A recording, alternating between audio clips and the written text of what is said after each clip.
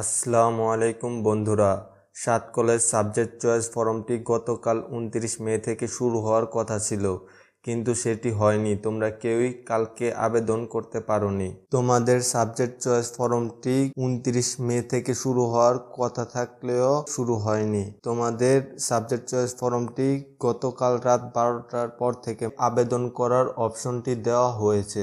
আজকের এই ভিডিওতে তোমাদের দেখাবো কিভাবে তোমরা সঠিক নিয়মে আবেদন ফর্মটি পূরণ করবে। সেটে আসার পর প্রথমে তোমরা লগ ইন অপশনে ক্লিক করে দিবে।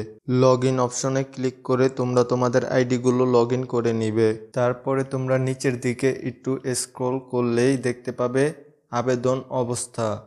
আবেদন অবস্থা থেকে বিস্তারিত ফর্ম এই অপশনটিতে ক্লিক করে দিবে। তারপরে তোমরা নতুন ফর্ম এই অপশনটিতে ক্লিক করে দিবে। এখানে তোমাদের একটি ইমেল দিতে হবে। তোমাদের ফোন